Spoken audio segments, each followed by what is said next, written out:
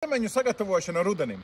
Tātad šogad zemenes bija iestādītas substrāta maisā, noliktas uz vagas, ļoti labi vējojās, ideāli ogas bija atrautas no zemes, tīras, nepuva, bet tagad rudenim.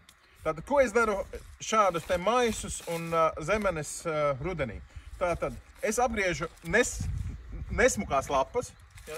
Viss šīs nesmukās lapas es apgriežu, savācu, jo viņas ir tomēr viens no slimību un kukaiņu perēkļiem.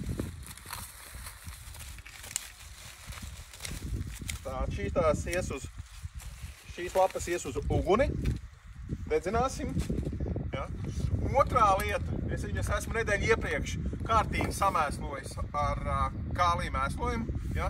Es izmantoju rudenī ļoti vienkārši sarkano kristalonu, kompleksais mēslojums, vienkārši 2% uz spaini ūdens, karoti, ēdamkaroti, minerālu mēslu, es bišķi vairāk, tā kā 2 komats. Ja?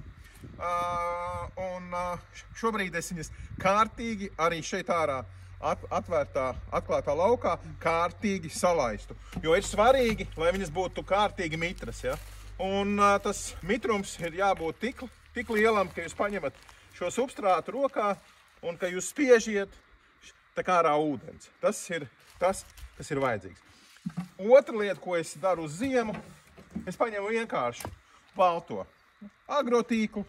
Šis ir vienkāršais, ko nopērk veikalā, nekas speciāls. Pārklāju pāri.